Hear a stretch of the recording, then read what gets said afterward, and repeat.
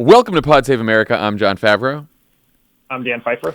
On the pod today, I will talk to Senator Elizabeth Warren. But first, we'll talk about the latest in the standoff with Iran, the developments in Donald Trump's impeachment trial, and all the latest 2020 primary news. Also, Dan, happy anniversary. Not you and Howley, us. This is the third anniversary of Pod Save America, and I only know that because right before we started recording, Tommy just ran right into the studio to tell us that it's the third anniversary of Pod Save America. 3 years ago, man. I had a brief heart attack. I know Ellie and I got married in October. I know that, but for a second I was like... It's hard to keep track of the months out in California. I was like, I don't know. The weather's the same. Time's a flat circle. Trump's still president. I was like... No, I have that problem, too. Yeah. All right, so 2 quick housekeeping notes. Tommy and Ben recorded another essential episode of Pod Save the World this week, right after we learned on Tuesday that Iran had fired missiles on bases housing American soldiers. They talk about Trump's changing rationale for assassinating Soleimani, what Congress can do to stop the war from escalating, and they're joined by Brett McGurk, who led the coalition against ISIS under Obama and Trump. Listen, subscribe, become a worldo, especially now. You won't regret it.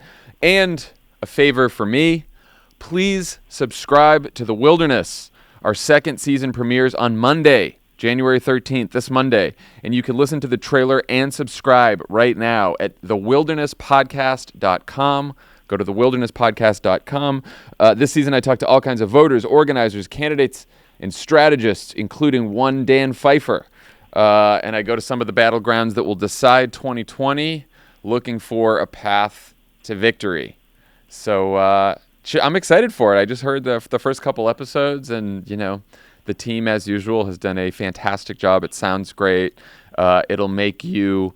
Look, there's some tough stuff in the focus group, but ultimately it points to the right direction, and I think you'll feel more inspired and energized to go do something after you listen to it. So take a listen. Now, if I was previously subscribed to season 1 of The Wilderness, do I need to subscribe again? You might. You should just go check because, when you subscribe to something and it hasn't been, episodes haven't been dropping for a while, Apple might unsubscribe you from it. So you should go. Okay. And you should listen to the new trailer. If for no other reason than at the beginning of the trailer, David Plouffe scares the shit out of everyone. and it's pretty good. So. I mean, I think I said to you that obviously for those of us who worked for Plouffe for many, many years, his voice carries weight with us, whether he's telling us how elections are going to go or what we should order for lunch.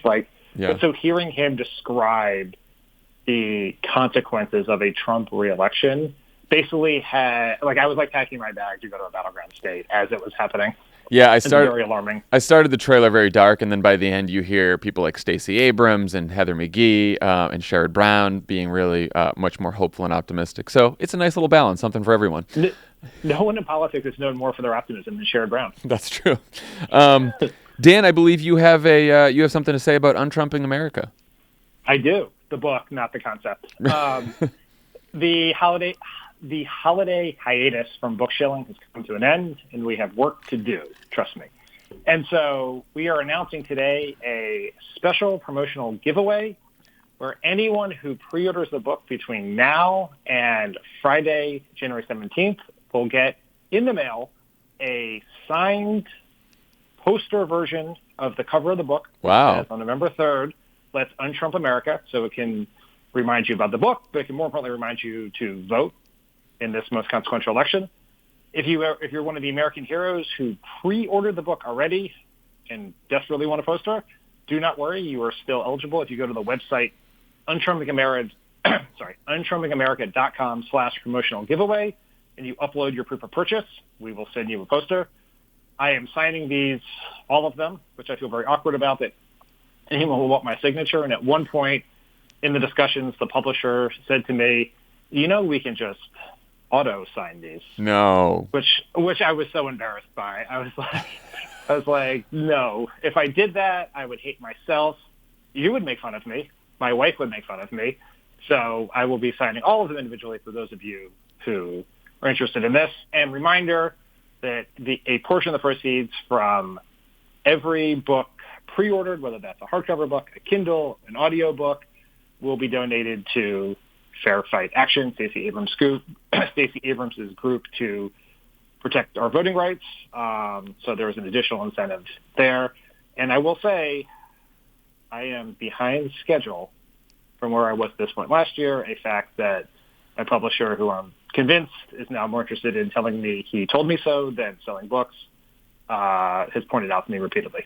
I feel like this is a Democratic presidential candidate email right before the fundraising deadline. Trust me, this is not like this is an actual, like, a lot of times those emails say, if you do not do X, then we cannot do Y. And that's complete bullshit. This one is not bullshit. We have work to do. Like, look, we have the holidays. We have potential war with Iran. People have been very busy. I get it. But I'm quite competitive, and I don't like losing elections or even verbal bets with low stakes with my publisher. Have you considered offering signed headshots, perhaps? Or maybe a calendar, 12 months of Dan? I'm just spitballing here. I thought we'd do some light brainstorming. Anyway, go buy Untrumping America, everyone. Go buy it. It's going to be a fucking great book, and it's going to teach you not only how we can beat Donald Trump, but how to fix our politics. It's a fantastic read. Go buy it. How about this? How about if you don't buy the book, I will send you a calendar of 12 months of Dan. Oh, that okay. Well, then get to your fucking computers and let's get this done. You do not want that. Trust me. Okay, news. On Tuesday night, the Iranian government retaliated against the United States for last week's assassination of Major General Qasem Soleimani. Over a dozen ballistic missiles were launched at two bases housing U.S. forces in Iraq. The U.S. government has confirmed that there were no casualties, and the Iranian government has said that this will be the extent of their retaliation. But before we knew any of this, right after the missiles were falling all around our troops, Donald Trump tweeted the following: "All is well. Missiles launched from Iran at two military bases located in Iraq. Assessment of casualties and damages taking place now. So far, so good." Then on Wednesday morning, he gave a speech where he said all Americans should be, quote, grateful and happy. So, Dan, it does seem like Iran wanted to give Trump an off-ramp that he has decided to take, at least for now. Off-ramp is the metaphor we are using in the last couple days. That's what's all over the news, so we're going with the off-ramp. Dave Weigel actually got the quote of the day from a Democratic member of Congress who told him, quote, "You need two crazy leaders to start a war, and fortunately, Iran doesn't have one." Do you think that's a good summary of what happened, and do you think this pause in the crisis can last? I think it's an excellent summary of what has happened. So kudos to you and Michael and Jordan who helped you put it together. I think that quote, you hate to say it because it's so scary when you think about it. Because whenever you talk about North Korea or Syria or anything else in a national security context, it's always the chaos factor in it is the unpredictable and irrational nature of the opponent. Yeah. And at least for one day,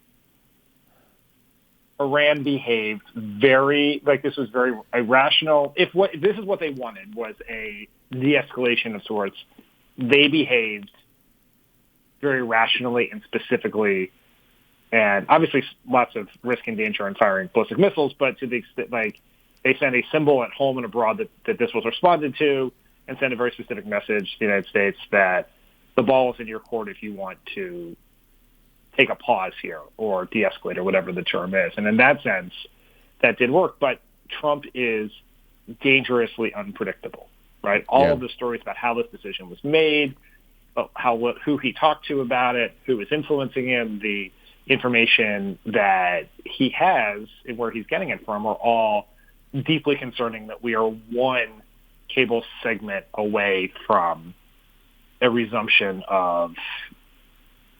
So we're one cable segment away from heading back to the brink of war. Yeah. I mean, look, I'll take it from the Trump side and then the Iranian side. From the Trump side, it's like you just said, like any rabid consumer of television news who becomes the president of the United States, Trump knows three things about the politics of war. Killing bad guys and terrorists is popular. Blowing things up with rockets and bombs is popular and makes for good television. And but getting stuck in an endless war is very unpopular. So, like, to me, Trump's actions all sort of make sense when you just think about him as usual, just this cable news viewer, Fox News fan who becomes president of the United States. And so, is he going to do impulsive things like, kill terrorists, even if it has unintended or intended, even if it has horrible global consequences for the United States and the world? Yes, he's going to do that because he can, he can just get swept up in a rush to war. Is he going to make stupid moves and send rockets here and there? Yeah, of course he's going to do that because that's what cable news tells you is strong and good and all that bullshit. But he also knows, and I think this has been true from the beginning of the presidency, he knows in the back of his mind, because he spent so much time yelling about George Bush and the Iraq War, he knows that it is at the very least unpopular to get stuck in an endless war. And so he's constantly going to do these things in foreign policy that don't make a lot of sense, because that's sort of what I think cable news tells us about war, unfortunately. Anyway, that's my theory of that. What do you think? Doesn't that seem like that's Trump? Yeah, it does. I mean, he's definitely constantly pulled between two impulses, which is his innate mortal fear of being seen weak and his view that a protracted land war is bad politics, and he doesn't want to go back and forth between it. I mean, David Sanger of the New York Times described this, like his speech yesterday, as essentially a strategic muddle masked by a ceasefire, and that Trump has been unable throughout his presidency, and particularly as it relates to this current crisis we're in, to reconcile the two impulses he has in foreign policy, which are bellicosity and isolationism. And so he wants to both be able to have his, and I think this is how he thinks about it, have his moment of announcing to the world that Obama had, of announcing to the world that bin Laden has been killed, but also not be in a position that George W. Bush was in during the Iraq War. And so I almost think that if he had gotten more coverage and more attention after the killing of Baghdadi, he might not have taken this move, because in some of the reporting, which it's always hard to tell what is accurate and true in any sort of Trump story, but one of the reportings is the Pentagon gave Trump a series of options to respond to the Iranian aggression involving the embassy, and they didn't expect, and they put the killing of Soleimani on the list, not because they thought there was no way he would take it. It's a very typical bureaucratic move to direct a president towards a certain decision by picking a massive overreaction and a massive underreaction, and then the only option is Goldilocks policy B, and that, which was a dangerous misunderstanding of Trump's brain, because he is most likely to pick either massive overreaction or massive underreaction, and we ended up with overreaction here. Yeah, and we should say from the Iranian side, and Ben Rhodes has been saying this to both of us and to everyone else who will listen. We are by no means out of the woods here, and while this may have been sort of the official extent of the retaliation in terms of what the Iranians were willing to announce to the world, they still control proxy forces all over the globe. The Ayatollah himself had said these military actions are not sufficient for revenge. What is important is that the corrupt president of America in this region comes to an end. So they can bide their time. They can wait months. There can be additional retaliation that perhaps they do not take credit for, as they did this time. And again, our operations against ISIS have been suspended. The Iraqis don't seem to want us in the country anymore. So, perhaps most frighteningly, the Iranians have resumed their pursuit of a nuclear weapon, which was on pause when Donald Trump took office because of the Iran deal, which maddeningly is not getting enough coverage because everyone has a memory the size of a pea these days who works in the news business. Well, in in fairness, all of us, because for all a of brief us. millisecond, I thought today was my wedding anniversary. Thanks to you. So That's so good. I can't. I have to look in the mirror on this one. Yeah. So Trump gives a set of remarks on the retaliation with such an odd delivery that hashtag Adderall was trending on Twitter. And in those remarks, he announced new economic sanctions on Iran. He said he welcomes peace. And then he actually blamed Barack Obama for the attack. Quote, Iran's hostilities substantially increased after the foolish Iran nuclear deal was signed in 2013. And the missiles fired last night at us and our allies were paid for with the funds made available by the last administration. Just a fucking unbelievable, un-American, revolting thing to do. Blames his predecessor for an attack on the forces that Obama actually led once as commander-in-chief with a complete lie. But aside from just how disgusting it was and the lie itself, how painfully stupid is it to blame Barack Obama for what has happened over the last week? Well, let me ask you a couple questions just so we can get a level set of facts. When the Iran deal was in effect, was Iran firing ballistic missiles at U.S. military bases? They were not. They were not. Okay, thank you. When the Iran deal was in effect, was Iran actively pursuing a nuclear weapon? They were not, Dan. Are they doing so now? They are. Okay, I do not feel safer now. We're also, they weren't preventing us from going after ISIS, and they are now. Look, Donald Trump's Iran policy has failed, and what has happened over the last couple of weeks and what has happened since he left the Iran deal, over the advice of his own national security team and the entire international community, is that the world has been made less safer. Donald Trump has made America less safe. He has made the world less safe. And his Iran policy, the stated intent of his Iran policy, is to get them to agree to a better nuclear deal. How's that going? Is that going well? I don't think that's going too well. It is mind-boggling, where he was like, in one 3-minute period, said Obama's Iran deal, Obama's multilateral Iran deal is responsible for the situation we're in. And the way to get out of the situation we're in is a multilateral Iran deal. Someone made this point. It's like he wants a repeat of NAFTA 2.0, the new trade deal, except that was something maybe he could control. He definitely can't control this one. He's not getting a new Iran deal. He's not getting a new Iran deal because you tend to not get a new Iran deal when you assassinate the second most powerful government official in Iran. Usually they don't want to go to the negotiating table then. And you pull out of the first deal with no pretext, just because. Right. And I saw this political cartoon, which I guess they still exist, circulated on Twitter, which had Trump reading, which was funny in and of itself, the Iran deal, and some aide says, Mr. President, what is wrong with Obama's deal? And Trump says Obama's signature, which kind of summarizes the entire Trump presidency. With the Iran deal, with the Paris Climate Agreement, with the Affordable Care Act, with just about everything Obama has done. That's the only thing that his pea brain can understand. Again, because he watches too much Fox News. So let's talk about how this may or may not play out politically for Trump. If there is a true de-escalation between the U.S. and Iran, what happens? What does that look like politically, in your opinion? I've sort of come to the conclusion, as we've talked through impeachment, Iran, everything that has happened over the last couple of years, that the safest bet in all of these things is status quo. Yeah, I was going to say the same thing.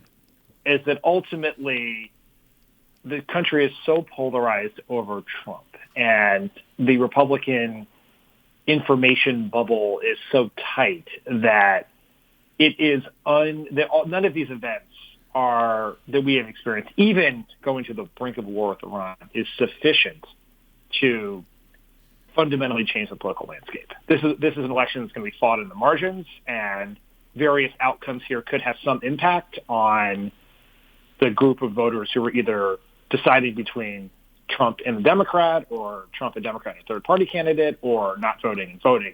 And that could happen. And it's too early to know what that is, but there's going to be I don't see a world in which there is a seismic shift, that any event creates a seismic shift in the political calculus for 2020 between now and November. Yeah, and look, we should say, I asked this question about if there is a sort of a permanent de-escalation somehow, which is a gigantic if. I think if there is a protracted conflict between the U.S. and Iran, or there's further retaliation, it could significantly damage Trump's standing. I think a few other factors here, because, some of these things could affect it on the margins. I think the idea that this is any kind of political win for Trump is fucking foolish. And, so far the polling has borne that out. A Reuters poll out Tuesday, 53% disapprove of his handling of Iran, an increase of 9% since mid-December. That includes 50% of independents. An Economist poll out Wednesday, 51% of his disapprove of his handling of Iran, only 41% approve. So, those numbers aren't great for him. I also think, and we've talked about this before, and this is sort of David Axelrod's chaos theory, anything that sort of adds to the general sense of Trump brings more chaos than he brings any kind of stability or progress hurts him. And look, most people in this country didn't know who Soleimani was. They didn't know who Baghdadi was. That didn't help Trump either, killing Baghdadi, which Democrats were mostly behind. We're all behind. And so no one knows who Soleimani is, but they wake up and see that the U.S. Is almost on the brink of war with Iran. And there's Trump, tweeting about the whole thing like an idiot. So you're right. His base stays with him because of the Fox information bubble, as always. They probably get whipped up just like they did around impeachment. But I think most Americans either think more chaos from Trump or status quo, let's keep going. Yeah. What do you think about his campaign running nearly 800 Facebook ads trumpeting the killing, which is according to our friends at Acronym? I have multiple, somewhat conflicting thoughts on this. Like, there is few things that are more personally exhausting than running through the mental exercise of imagine if Obama did this. Right? Like, it's just so frustrating because it's so obviously true that Trump gets away with things that if we did would have been a 6-day political scandal. Imagine if Obama's 2012 campaign had run 800 ads about the killing of bin Laden. I mean, no. And so I'm not going to yell about it. I've made several New Year's resolutions to stop shouting into the void or tweeting into the void. I'm not going to do that here. But I do think it doesn't have to be now. There is a longer discussion about why Trump can get away with things that Obama couldn't. One of them certainly is that Obama was a black man and Trump was a white man. That is 100% true. It's the same reason Trump can get away with things that Hillary Clinton couldn't get away with, or Elizabeth Warren can't get away with, or Kamala Harris can get away with. Like, that is just a inherent fact of media coverage in American politics. But it also is the difference between Democrats and Republicans. Yeah. And the significant pro-conservative bias that there is in our social media-fueled media ecosystem. And so that is all true. My counterpoint to that is when we have a Democrat in the White House, I hope this is exactly what they do. Not necessarily about the killing of an Iranian or something like that, but the way to communicate in the modern media age is to do it through all available channels, which includes digital ads. So Trump is protecting himself and doing what is the right strategy here. It's just one that is not currently available to Democrats, and we have resisted doing thus far. Yeah, like if we were in the White House again right now and had just passed the Affordable Care Act again, hopefully we would be running more than 800 Facebook ads touting the Affordable Care Act's benefits and what people could expect, as opposed to what the limited ability we had last time back in 2010. So speaking of the politics of this, Trump already has political problems with Congress on Iran, and that includes Republicans now, surprisingly. On Wednesday, top administration officials briefed members of Congress on the intelligence that led Trump to make the call to assassinate Soleimani. Many members were furious about how bad the intel and the briefing were, especially Republican Senators Rand Paul and Mike Lee. Here is a clip of Mike Lee coming out of the briefing. I had hoped and expected to receive more information outlining the legal, factual, and moral justification for the attack. I was left somewhat unsatisfied on that front. The briefing lasted only 75 minutes, whereupon our briefers left. This, however, is not the biggest problem I have with the briefing, which I would add was probably the worst briefing I've seen, at least on a military issue, in the 9 years I've served in the United States Senate. What I found so distressing about that briefing was that one of the messages we received from the briefers was, do not debate, do not discuss the issue of the appropriateness of further military intervention against Iran. And that if you do, you'll be emboldening Iran. The implication being that we would somehow be making America less safe by having a debate or a discussion about the appropriateness of further military involvement against the government of Iran.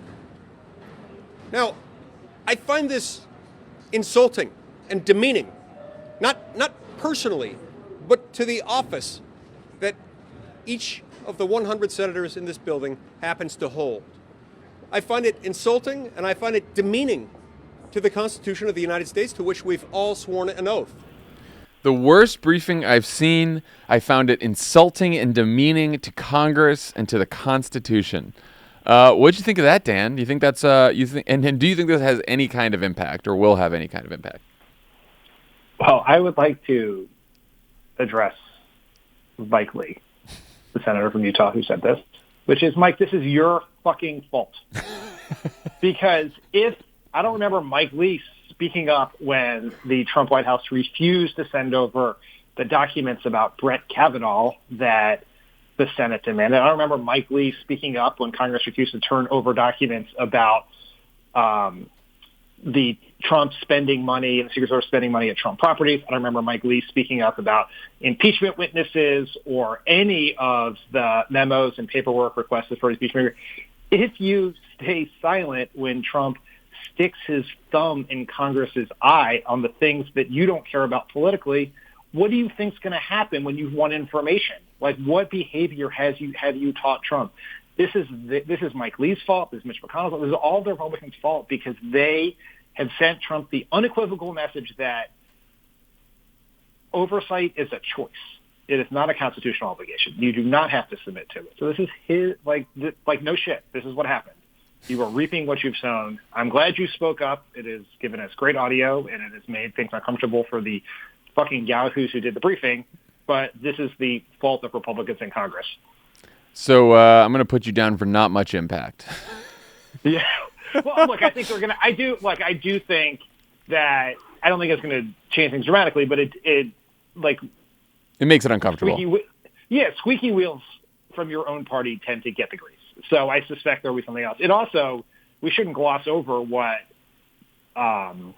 Mike Lee said about the administration's message, which is that if you debate this or question this or have oversight over it, you are giving Iran a win, which is just a reminder that every time there is the smell of war in the air, we are all teleported back to 2002 and Colin Powell's talking about yellow cake.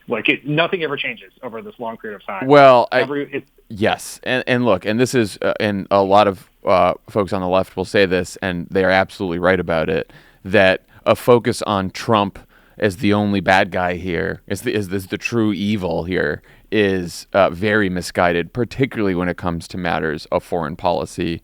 They have all proven themselves to be warmongers. Nikki Haley was out there saying on Fox News that Democrats are mourning the death of Soleimani, something that she was so proud of saying that then she tweeted out the clip of her saying it and then tweeted that line in the tweet, which is fucking revolting and disgusting. That's now become the line to members of Congress. Who's the fucking yahoo who's running the impeachment hearings in the House? Doug Collins. Doug Collins. Yeah, Doug Collins said the same thing. I saw him on TV saying the same thing. Marco Rubio's been saying similar bullshit too because he's awful. Like, these people are Trump does impulsive, crazy shit, but he is being led around by Mike Pompeo and a bunch of neocons in the Republican Party who have been causing trouble and wanting war and wanting to bomb Iran for a very long time. And it is just, it's bad. It's very bad. It's not great, Dan. It's just not great. But what Congress can do, they're trying to pass a War Powers Act. There's going to be a vote on that. Of course, Trump can veto that, and it's hard to override a veto. There's also been, people like Bernie Sanders and Ro Khanna in the House have been trying to pass an authorization that, have been trying to make sure that the administration pass a resolution that makes sure that the administration cannot spend any funds that Congress won't authorize any funds for the administration to spend on, war with Iran. And so, Congress would have firmer ground if they pass something like that. So, and then hopefully they can get some of these Republicans like maybe a Mike Lee or a Rand Paul on board. But, who knows if they have the votes for that in the Senate. Certainly they could pass it through the House. But that's where we are. And, once again, just like with impeachment, which we're about to talk about, the true check on Trump and the Republicans here is to vote them all out of office in November. That's it. That's what we got. It is notable that both the Ro Khanna legislation and the repeal of the 2001 authorization for use of military force were in the original defense bill that the House Democrats passed and then pulled it out in negotiations with the Senate, which I am sympathetic to the challenges that you have in trying to pass legislation in divided government, right? Like that is very hard, and there are other very good things in those bills. But it is and I also don't think if those things were in place that Trump would not have done this, because he will just rely on, he gives two fucks about the Constitution and has a very broad definition of Article 1 presidential power when a Republican's in office, and when a Democrat's in office, he starts at Article 2. But it is just this reminder that having the maximalist position against Trump is usually the right thing to do. We would be in a stronger position right now if Democrats had not just all passed a bill that took those things out. Yes. All right. Speaking of leverage and maximalist positions, let's talk about impeachment. For a brief moment on Monday, it appeared that maybe, just maybe, John Bolton would testify at Donald Trump's impeachment trial. But then Mitch McConnell said he refused to agree to a fair trial that guaranteed relevant witnesses and evidence. And then every single Republican senator agreed with him on those rules. Susan Collins, Lisa Murkowski, Mitt Romney, every last one of them.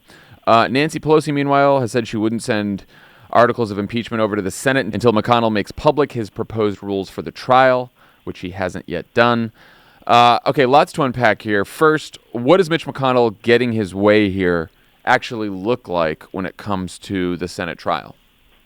Well, it means that we will begin this process without witnesses, and that he has gotten the vulnerable members of his caucus to agree to a trial plan that is favorable to Trump as opposed to justice and truth in the American public. That is what's happened. He has not closed the door on that possibilities with this vote, because it could happen after the opening argument. But Trump is very good McConnell is very good at slowly turning up the heat until we all realize we've been boiled. So it's going to be harder for these Republicans. Let me put it this way: I guess it would be easier for these Republicans to vote for a cover-up a second time after they've already done it once. Yeah, so just so people know how, and I just said we don't know exactly what the rules are going to look like or how the trial's going to go, but he keeps saying we want to go by the Clinton rules of the Clinton impeachment. And so what that would look like is each side gets to present their opening argument. The president's defense team and the House prosecutors, whoever the Nancy Pelosi decides are going to be the House managers or prosecutors, they present their case. The president's defense team presents their case. The senators then submit questions for both sides in writing to John Roberts, who's presiding over the trial, and then John Roberts will allow both of those sides to answer the questions that the senators submit. The reason they're submitting questions is so there's no grandstanding and a bunch of speeches on the Senate floor like we usually see. We should note that in the Clinton impeachment trial, there were over 100 questions, I believe, so that process could take a bit of time. And then so once you get the opening arguments and the questions, then they're going to eventually probably take a vote on whether additional witnesses and evidence are necessary. And at that point, Mitt Romney and Susan Collins and Lisa Murkowski and a bunch of them are on the record saying they would like to hear from John Bolton at some point. At least Mitt Romney certainly has said that. And I don't know. I mean, I know what you're saying about McConnell, but I still think that this is really just kicking an uncomfortable vote, kicking the can down the road on an uncomfortable vote for a lot of these vulnerable Republican senators. They still might take the uncomfortable vote and just say, yeah, we're all in for the cover up. In fact, if you were betting, you would probably bet that they do that. But I still think it's going to be uncomfortable when they have to take the vote later, when we've now heard on television very compelling arguments like we heard in the House for why Trump committed an impeachable offense. And if the House prosecutors are smart, they will say during their case, and we would know more if only John Bolton would come tell us about why he called this a drug deal. If only we'd get this email from the House. If only we had this document. And you're going to hear the House prosecutors saying that, and then reporters are going to go to Mitt Romney and to Susan Collins right after the trial, and they're going to say, "What'd you think about the House prosecutors saying that we need to hear this from John Bolton?" And of course, they'll run away from the cameras and slam the door in their office, and that'll be that. But it's going to be uncomfortable. Yeah, I mean, it will be as uncomfortable as we all make it. Right. Exactly. Right. Exactly. And so we should make it very uncomfortable. Yeah. I mean, can we just say something about John Bolton first? Yeah, let's do it. Come on. Let's not fall for this, coy act where he gets to be some sort of hero of truth, pitch the book he's writing, and not also tell us what he knows.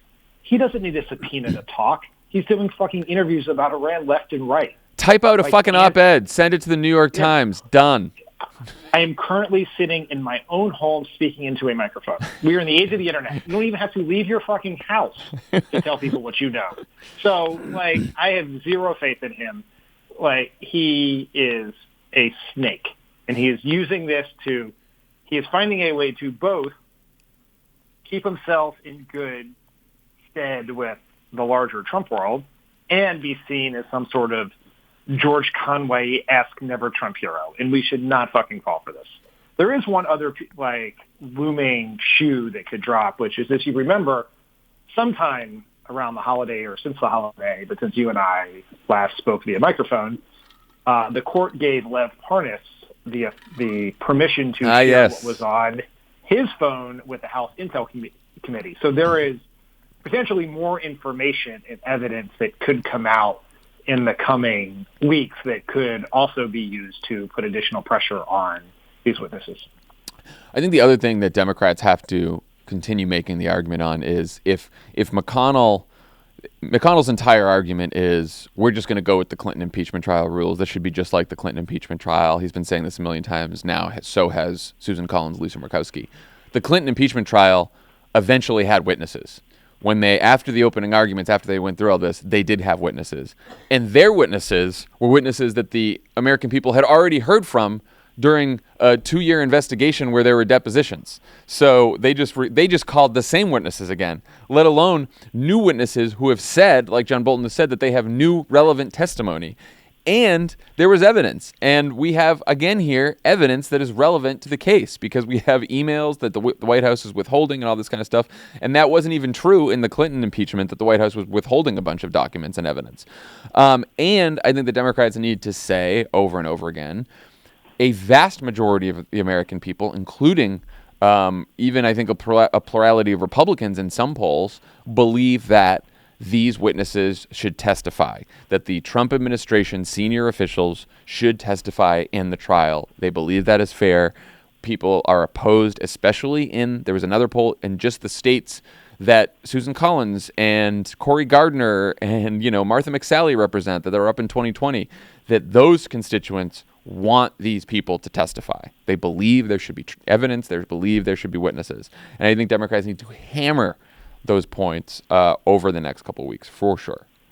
One other point on this, which is McConnell keeps saying Clinton rules, Clinton rules, Clinton rules. Now, Tom Daschle was the Senate Democratic leader during the Clinton impeachment, and he refused to speak to the White House, coordinate with the White House, share a strategy with the White House because he thought it was improper. So if McConnell wants the Clinton rules, then he should be behaving like the Senate Democrats did during the Clinton impeachment trial. And McConnell was at the White House yesterday meeting with Trump to brief him on the strategy.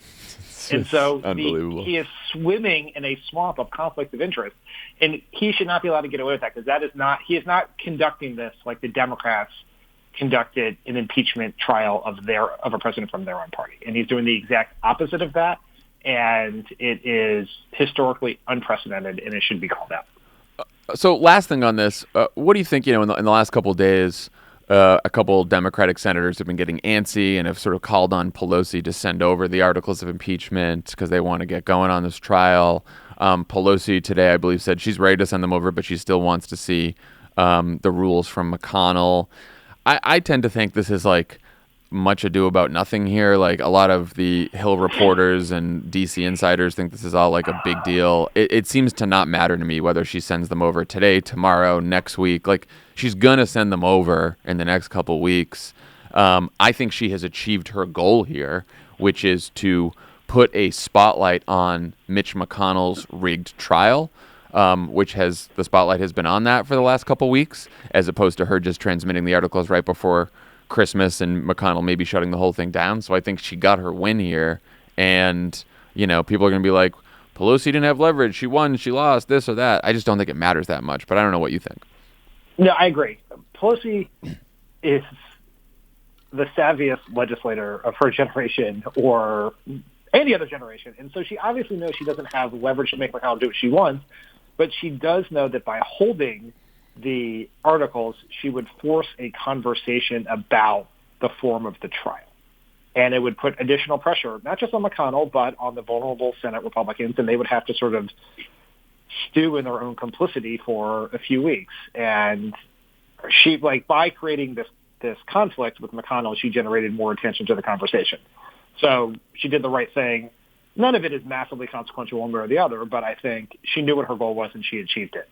I would also say to the Senate Democratic senators who are, quote unquote, calling on Pelosi, don't call on her. Call her. Dianne Feinstein.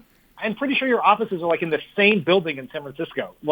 Pick up the phone, call her. There is no need to basically just print hashtag Dems in disarray in your forehead and walk out and talk to the press. Just communicate a message. You've been friends for decades. I mean, it's wild, man. I don't get how that. Look, there are times on this podcast where we say things about Democrats, and I'm like, maybe we should have just transmitted our criticism over email to people we know in the House, and that's our fucking podcast. You're a fucking United States senator, or you're a member of the House. Stop talking to fucking reporters in the halls about things that are going to cause your party problems. Pick up the fucking phone and call your friends. It is really unbelievable. They never learn. Yeah, that's wild. They never learn. Anyway, and one more thing we should say on Bolton. I do think, and Brian Beutler wrote a great piece about this on Cricket.com, that the House should subpoena Bolton, because now he has said he would respond to a subpoena from the Senate, which makes any kind of rejection of a House subpoena legally dubious at best, since he said he would respond to a Senate subpoena. And the House Democrats do have subpoena power. Now, the House could subpoena Bolton, and then Trump could try to exert executive privilege and say, no, he can't testify because it's national security and blah, blah, blah. And then I guess they end up back in court. But I think it's worth a shot, if for no other reason than to let people know and to remind people that we do want John Bolton's testimony because it is relevant in this trial. So I don't see how it can hurt for the House Democrats to subpoena Bolton. But I don't know. Do you agree? I think the way in which it would hurt would be if it forces a legal confrontation over it and then gives Trump and Bolton the out to just wait for the legal confrontation to come to conclude. So Schiff has thought about this. He has, I'm sure, talked to Schumer or someone about this, and they have a plan. And I understand Brian's point. I think you have to let this play itself out in the Senate for a while before you make a decision. And if the ultimate conclusion is the Senate is not going to hear from witnesses for whatever reason McConnell decides or whatever happens, then you have to push the case in the House. Yeah. But if you were to do it now, I think it undermines the case of the Senate and gives it out to the Senate Republicans and to Bolton himself, who I think is probably also looking for an out. Yeah. All right, let's talk about 2020.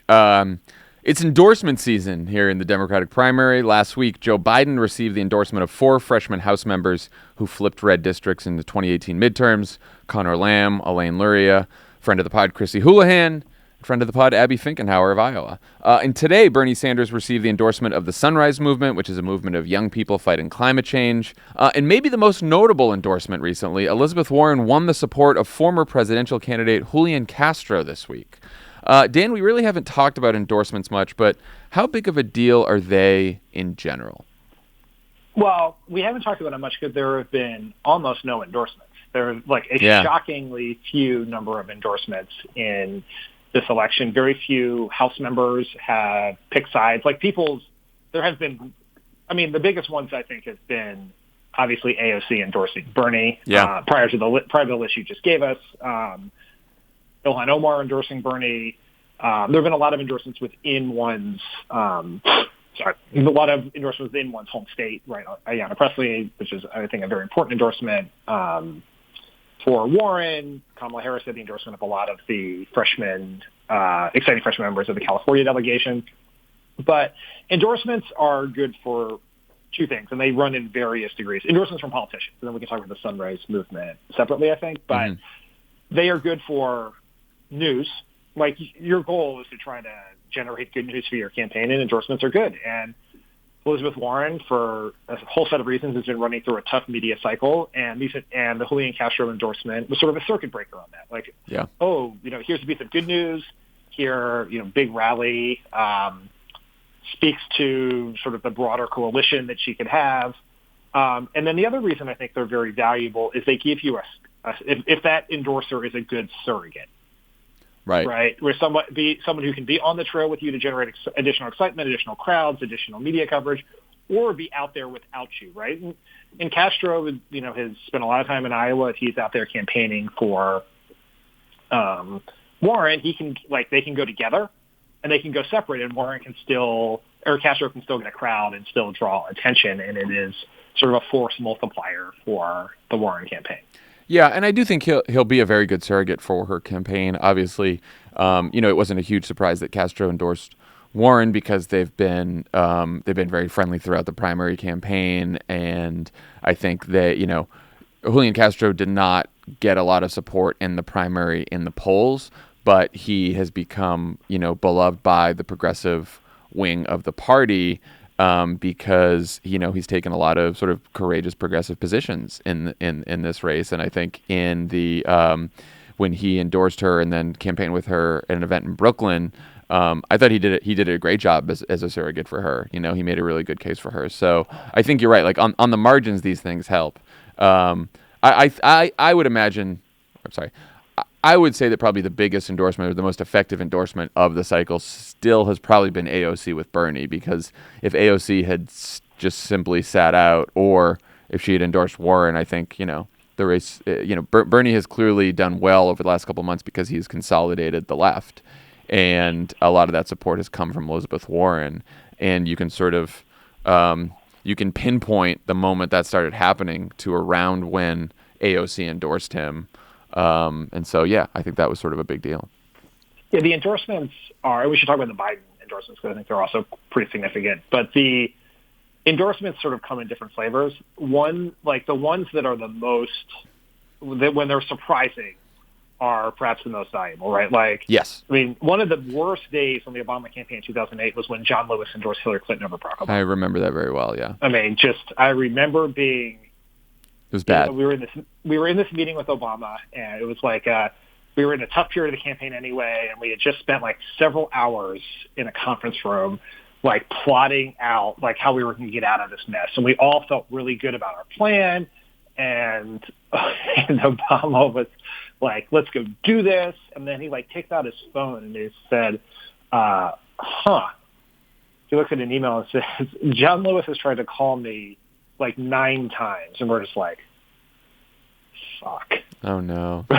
And then he opened the door, and one of his political staffers outside who came in to tell us that John Lewis had been calling to say he was going to endorse Hillary Clinton in the morning, and it was just like a fucking gut punch. And so, one of the better days was when Ted Kennedy decided to endorse Barack Obama because the Kennedys had been close to the Clintons. Or when John Lewis flipped his endorsement back to Obama. That was good too. Yeah, that was good too. But so, like, if AOC had endorsed Warren, that would have been a brutal blow for. If AOC had endorsed Warren, that would have been a brutal blow for Bernie. And I think a lot of people thought she might sit out, much like Warren sat out the primary between Clinton and Sanders until very, very late. Yeah. And so not getting endorsement could also be a problem. The Biden ones are significant because, like, and these may be the best endorsements of all, are the ones that speak to your larger message and story. Yeah.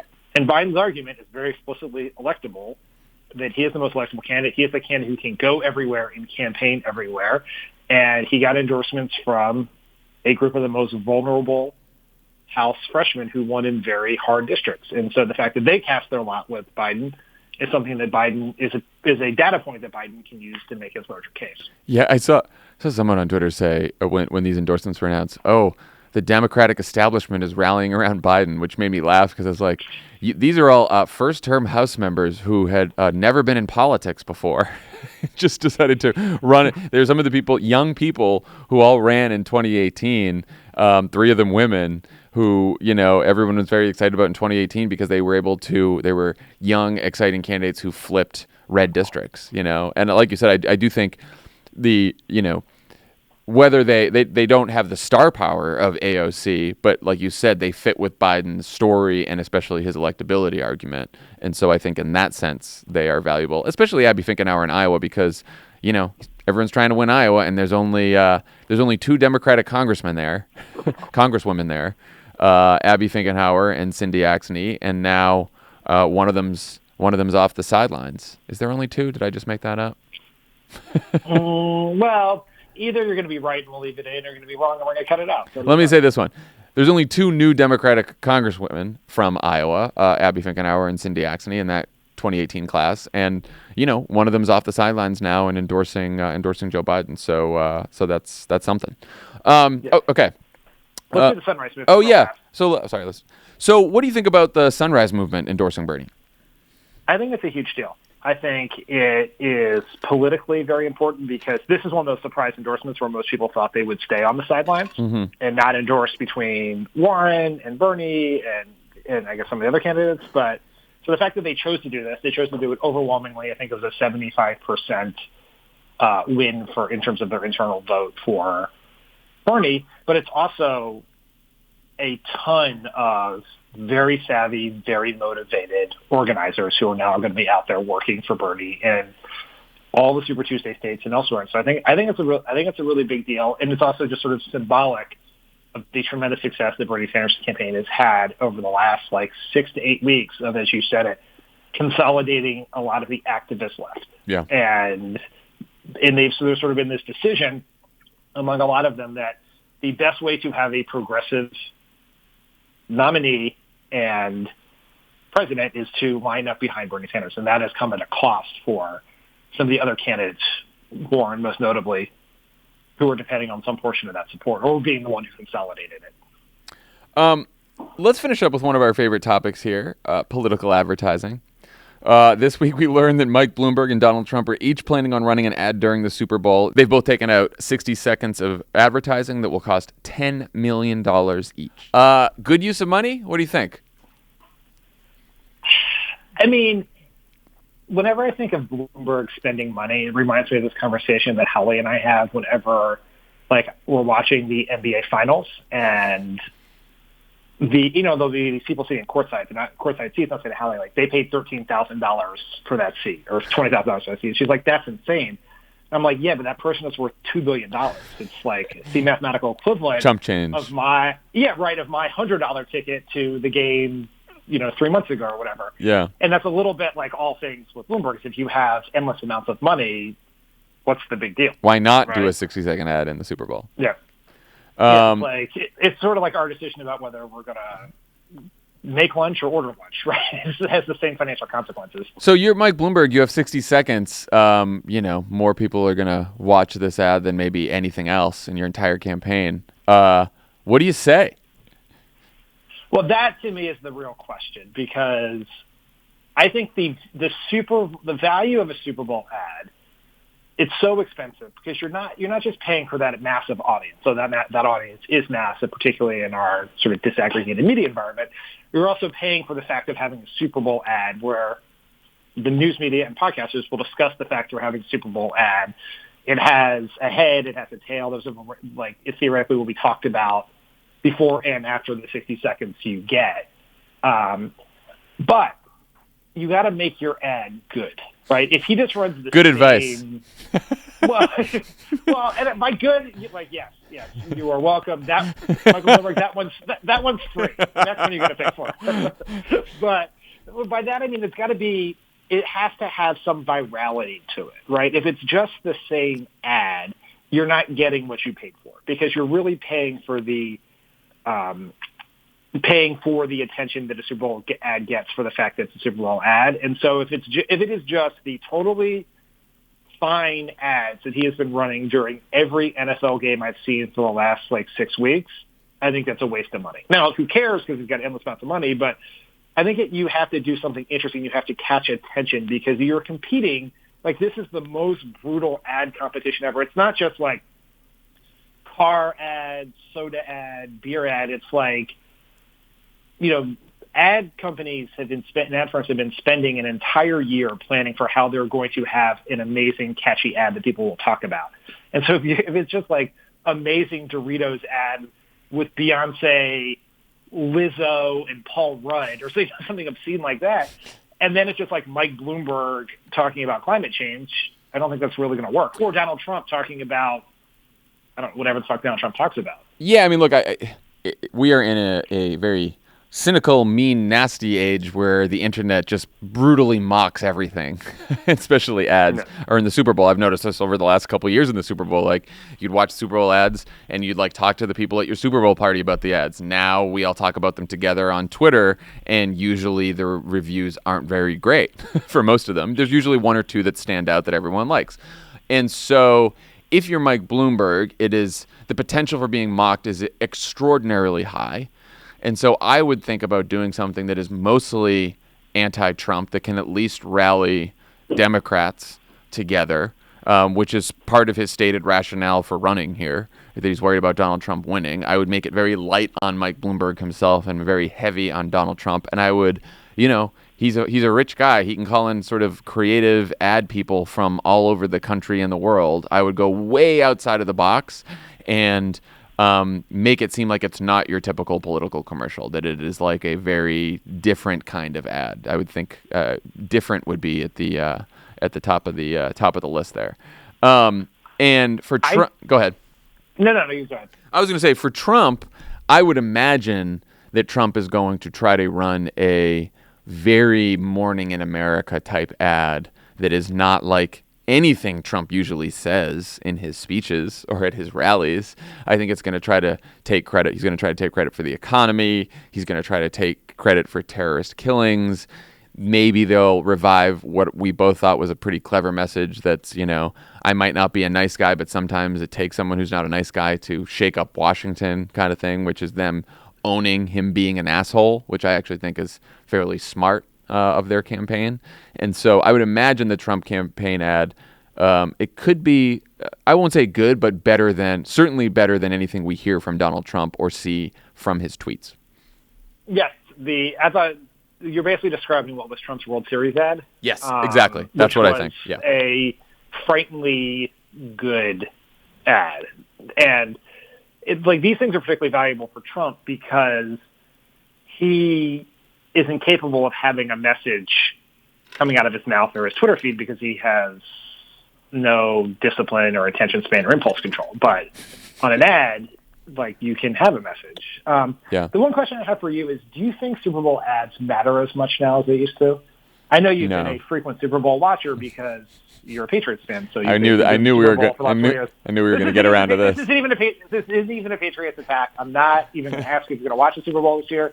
But I remember for years and years and years, people were more likely, there was such focus on the ads.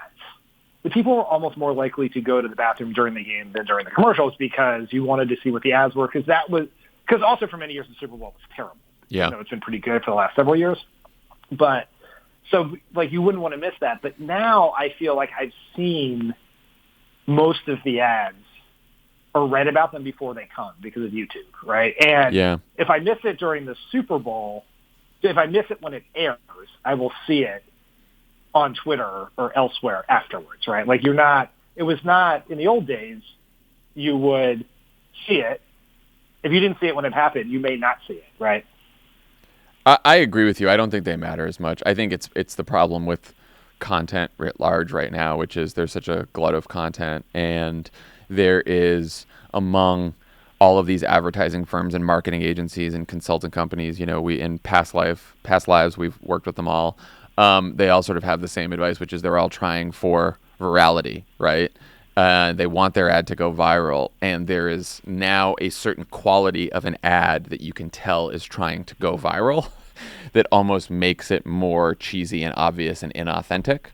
And I think there is not enough innovation in advertising anymore either. And in fairness, that's because it's harder to surprise people because there's so much content and because everything has been done. And so I think there is such a premium on trying to find something that is truly different, that will truly grab people's attention. And I do think for the last couple of years, companies just haven't done that very well. I remember a couple years before that, there was a good run of Super Bowl ads, but I feel like the last couple of years they've been sort of shitty. I mean, you could expand this concept about sort of the insatiable search for virality to everything, right? For sure. It's why Cats is in theaters. Yeah. Right. I swear to God, it is like it is this starting with the premise of what would go viral and then working backwards to the product. Yes. Is such a mistake, but it is endemic to American politics in this age. You could do autopsies of many campaigns that have failed, in part because of this approach. This is a longer conversation, but it is a fascinating thing that stretches through advertising, movies, television, politics. It all comes from these fucking consulting advertising firms. I remember back in our old lives when, Tommy and I had a company briefly that did this kind of stuff. It was around the time of the Ice Bucket Challenge. Remember the Ice Bucket Challenge for ALS, which was, went viral and it was for very, very good cause. And multiple firms that we came in contact with would say things like, would sit clients down and say, all right, we need to figure out what our Ice Bucket Challenge is.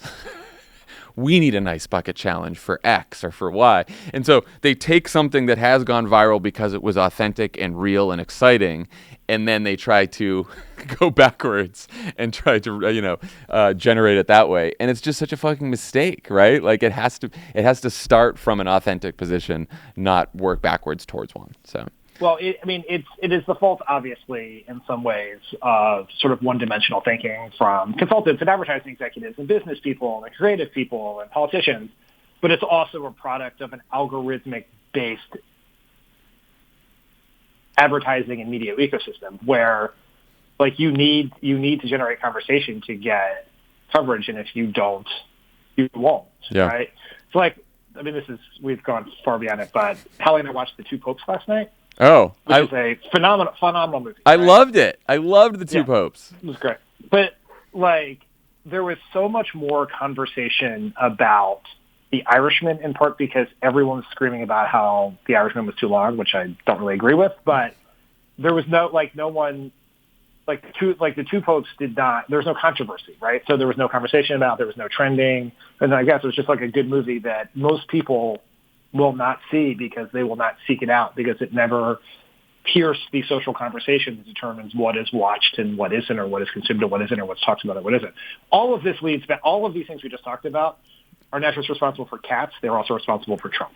More on that later. No, it is true. All of this is politically related, and it all applies to this campaign and to politics. So, okay, when we come back, we will talk to Democratic presidential candidate Senator Elizabeth Warren. Thanks to Elizabeth Warren for joining us today, and we'll see you next week. We're going to have if there is still a Democratic debate, there's a question of whether there will be one if there's suddenly an impeachment trial. But if there is one, we will be doing our Pod Save America coverage on Wednesday morning. All 4 of us will be doing it then, and then John and Tommy and I will be doing our pod on Monday. So we'll talk to you then. Here's my message to the DNC, that even if there is a debate, they should just have a one-on-one debate between Biden and Buttigieg. I mean, why not, right? That'd be something. They're they're not in the Senate, so let's do it. And if Andrew Yang makes it, he should come too. Or Tom Steyer, wherever else. Perfect. All right. Well, we'll pass that message along to Tom Perez.